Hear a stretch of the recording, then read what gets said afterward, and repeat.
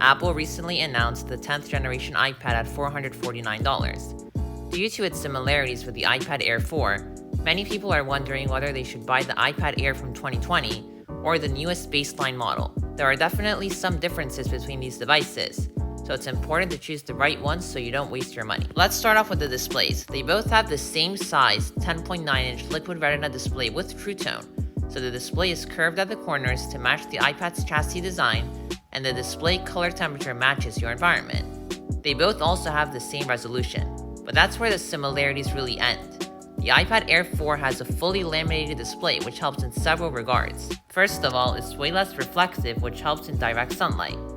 The laminated display also has a more vibrant look, since the actual display panel is glued to the glass. This may seem minor, but it is noticeable in day-to-day use.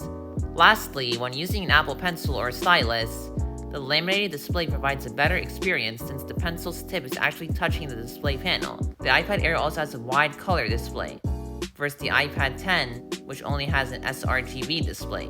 Basically, this means the iPad Air can show more colors with deeper blacks. This paired with the iPad Air's laminated display makes a pretty notable difference. But those are not the only benefits of the iPad Air's display.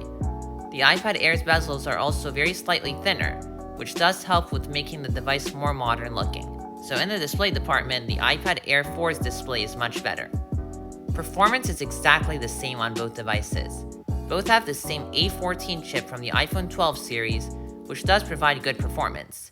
They both also have the same amount of RAM with 4GB. Both also don't have Stage Manager, so performance is not a deciding factor at all.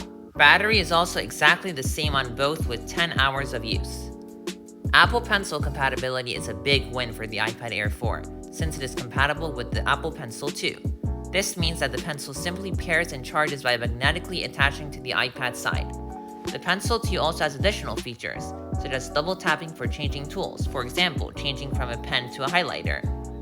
On the other hand, the iPad 10th generation is compatible with the 7-year-old Apple Pencil 1 with the bizarre pairing method where you have to use a dongle and the cable simply to charge and pair the pencil. Given Apple's extremely weird and disappointing implementation on the iPad 10, the Air 4 is much better in this regard. Keyboard compatibility is different on both models, but isn't necessarily better on either model. The iPad Air 4 is more similar to the iPad Pros, meaning it's compatible with both the Magic Keyboard and the Smart Keyboard Folio. The Magic Keyboard offers the floating design with the trackpad and the USB-C port for charging the iPad to keep the iPad's port free for other things.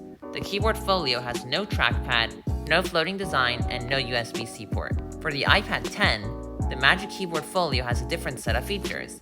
It has a kickstand, function keys, and the trackpad. I think which keyboard you'll prefer mostly comes down to preference. The iPad Air 4's USB-C port is also better since it has USB 3.0, which can do data transfers up to 5 gigabits per second. The iPad 10th generation is only limited to USB 2.0, which limits data transfer speeds to 480 megabits per second. While this may be unimportant to some, it's still something to consider. While the back cameras are about the same, the front cameras are very different. The iPad 10th generation definitely wins here, with a 12-megapixel camera with center stage. Center stage means that the camera will follow you where you move. Also, center stage means that the camera is an ultra-wide sensor, which allows for a 2x zoom out, which is great for having multiple people in the same picture. The iPad 10th generation also has the front camera positioned on the landscape side, which is definitely ideal since most people use their iPad in landscape mode. The iPad Air 4 is definitely inferior in this area. It only has a 7-megapixel front camera with no center stage and no 2x zoom out. Otherwise, both have the same exact Touch ID in the power button and the same speakers. So while the Air 4 is 2 years older, I do think that it is better for most people. The main benefits of the Air 4 are the much better display, better Apple Pencil compatibility, and the faster USB-C port. The only area where the iPad 10th generation is superior is the higher quality front camera with center stage situated on the landscape side. In regards to Apple keyboard compatibility, I do think that comes down to personal preference. So for most people, unless the front camera is very important to you, I would definitely recommend the Air 4 over the iPad 10th generation. You get a much better display and don't have to use a ridiculous dongle simply to use the Apple Pencil. But what do you guys think? Which iPad would you choose? Let us know by leaving a comment below. If you enjoyed this video and it helped you out, a like would be appreciated. And subscribe with notifications on if you would like to see more content like this. Thanks for watching.